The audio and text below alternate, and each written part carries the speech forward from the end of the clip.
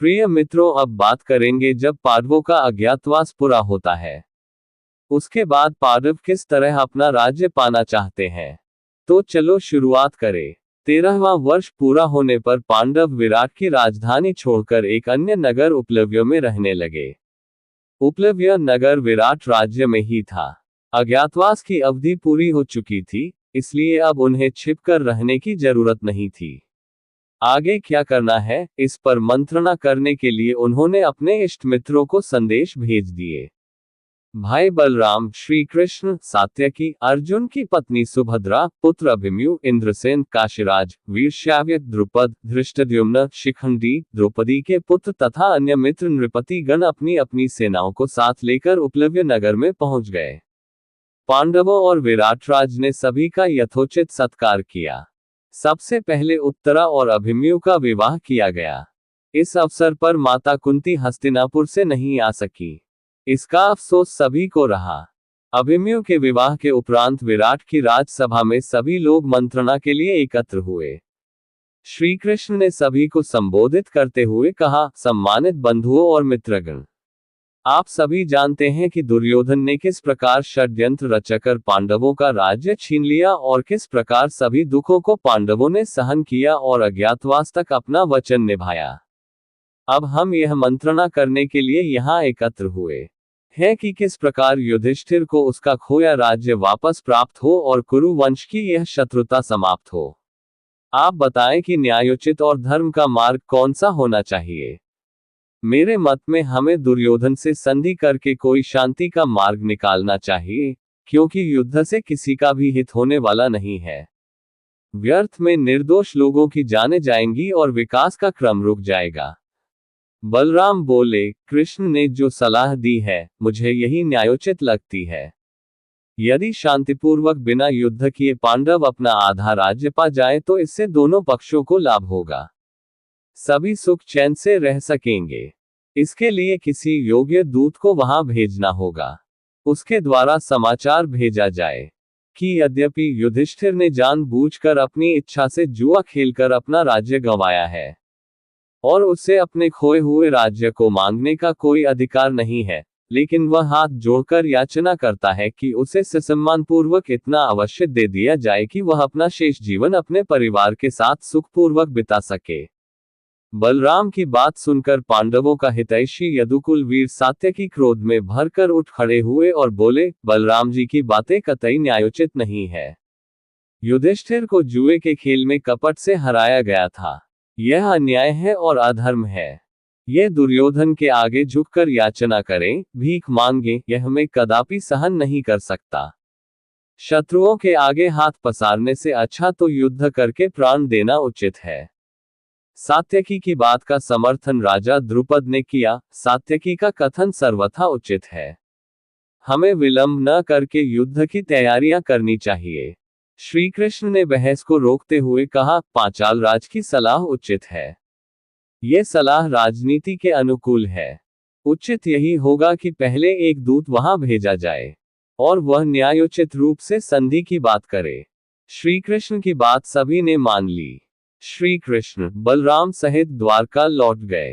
द्रुपद राज ने अपने राजपुरोहित को दूत बनाकर हस्तिनापुर भेज दिया।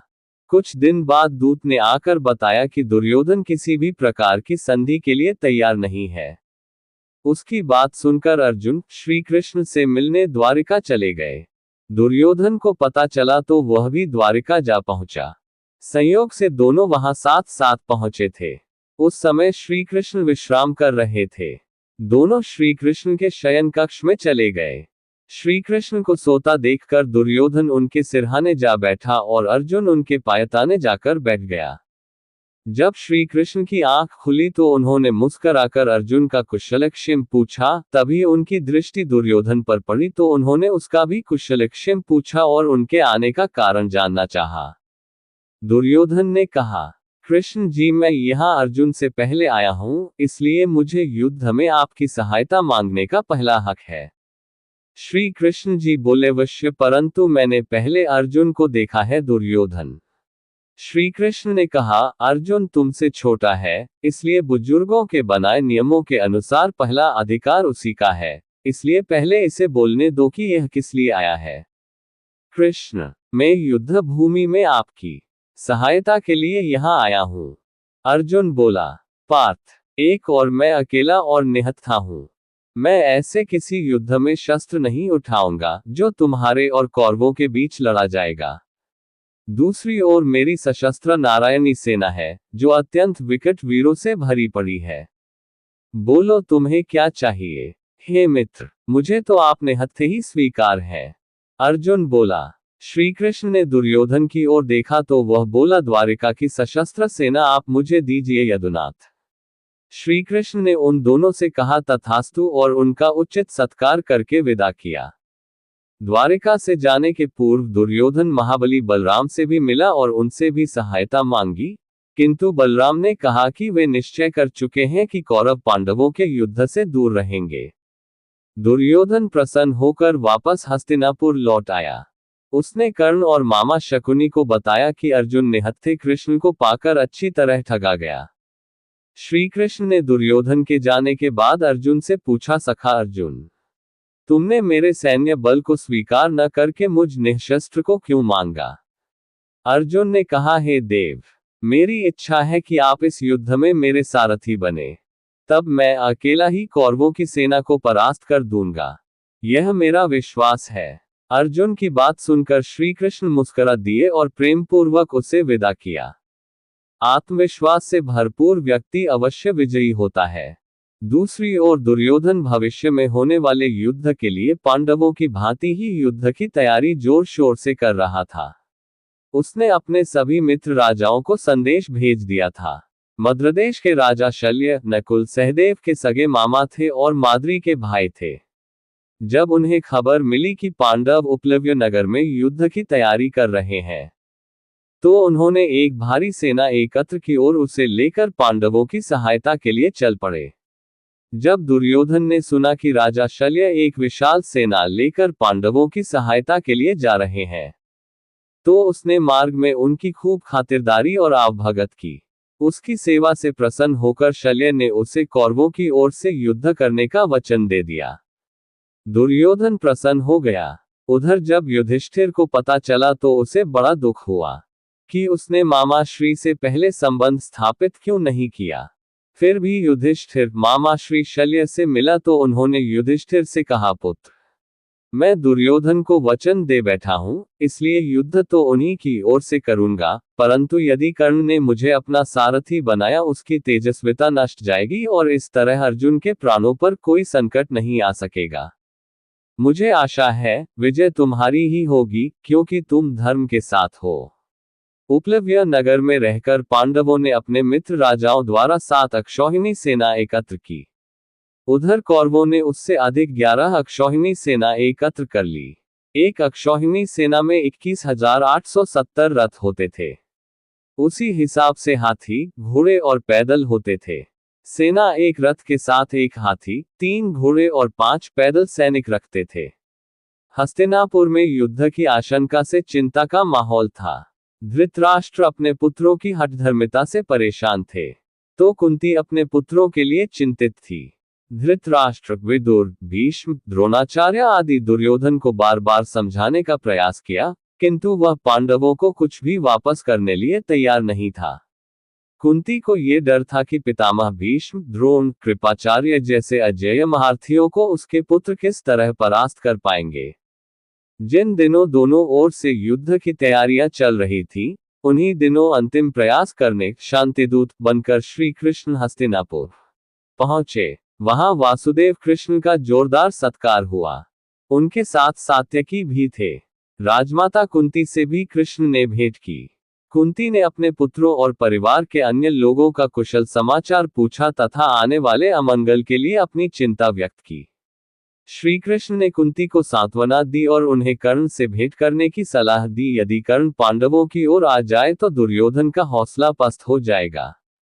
कुंती से मिलकर श्री कृष्ण धृतराष्ट्र की सभा में गए और कहा, राजन, मैं यहाँ पांडवों का राजदूत बनकर आया हूँ।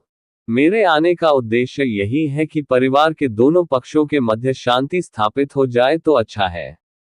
इसीलिए संधि प्रस्ताव लेकर आया हूं कि आप पांडवों को आधा राज्य यदि नहीं देना चाहते तो उन्हें कम से कम 5 गांव दे दें।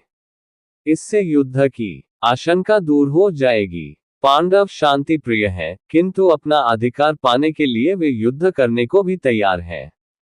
यदि संधि हो जाती है तो वे दुर्योधन को युवराज और महाराज धृतराष्ट्र को महाराज के रूप स्वीकार करने लिए तैयार हैं। श्री कृष्ण की बात सुनकर दुर्योधन तेजी से खड़ा हुआ और बोला, मधुसूदन, आप पांडवों के हितैषी हैं, किंतु मेरा इसमें दोष कहाँ है? युधिष्ठिर तो स्वयं ही अपना राज्य स्वेच्छा से हार गए हैं। खेल की शर्त के अनुसार ही उन्हें 12 वर्ष का वनवास और 1 वर्ष का अज्ञातवास भोगना पड़ा।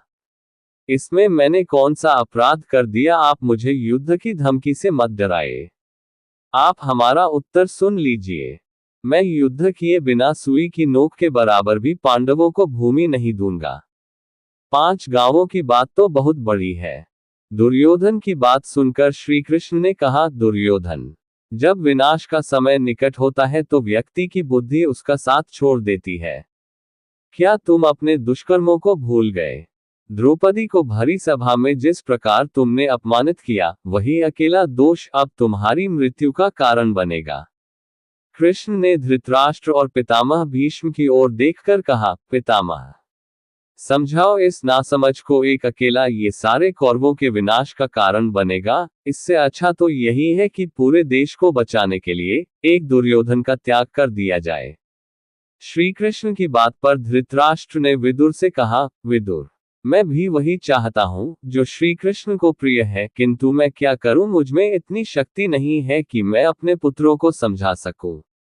मैं विवश हूँ। विदुर, तुम ही दुर्योधन को समझाओ। ये सब सुनकर दुर्योधन क्रोध से आग बबूला हो गया और चिल्लाया, दुशासन, इस दूत को बंदी बना लो। सारे झगड़े की जड़ यही है। दुर्योधन और दुशासन की चेष्टा देखकर सारी सभा सन रह गई। इससे पहले वे कुछ कहते, श्री कृष्ण हंसे और दुशासन तथा सैनिकों को पास आते देख एकाएक अपने विशाल रूप में आ गए। श्री कृष्ण का विशाल रूप देखकर सारी सभा चमत्कृत रह गई। पल भर के लिए धृतराष्ट्र ने भी अपनी अंधी आंखों में ज्योति अनुभव की और उनके मुख से निकला, हे कमल नयन, मेरा अहोभाग्य जो मुझे आपके विश्वरूप के दर्शन हुए। अब इन नेत्रों से मैं कुछ और देखना नहीं चाहता। मेरी दृष्टि फिर से नष्ट हो जाए। ऐसी प्रार्थना करते ही धृतराष्ट्र की दृष्टि चली गई। दुर्योधन कांप कर रह गया। सात्यकी और विदुर श्री कृष्ण के पास अगल बगल चले गए। श्री कृष्ण ने विधिवत सभी सभासदों से आज्ञा ली और राजसभा छोड़कर चले गए। वे सीधे कुंती के पास पहुंचे और पूरा हाल उन्हें कह सुनाया, बुआ, कौरवों का काल निश्चित है, युद्ध अब अनिवार्य है। कुंती बोली, कृष्णा, मेरे पुत्रों से कहना, क्षत्रिय माताएं जिस क्षण के लिए पुत्रों को जन्म देती हैं, वह क्षण अब आ पहुंचा है। उन्हें मेरा आशीर्वाद देना। अब तुम ही उनके रक्षक हो। श्री कृष्ण तत्काल रथ पर आरूढ़ होकर उपलब्ध नगर की ओर प्रस्थान कर गए। इस प्रकार से युद्ध की नींव रखी जाती है। आज बस इतना ही, फिर मिलेंगे एक नई वीडियो में। जय श्री कृष्ण, राधे राधे।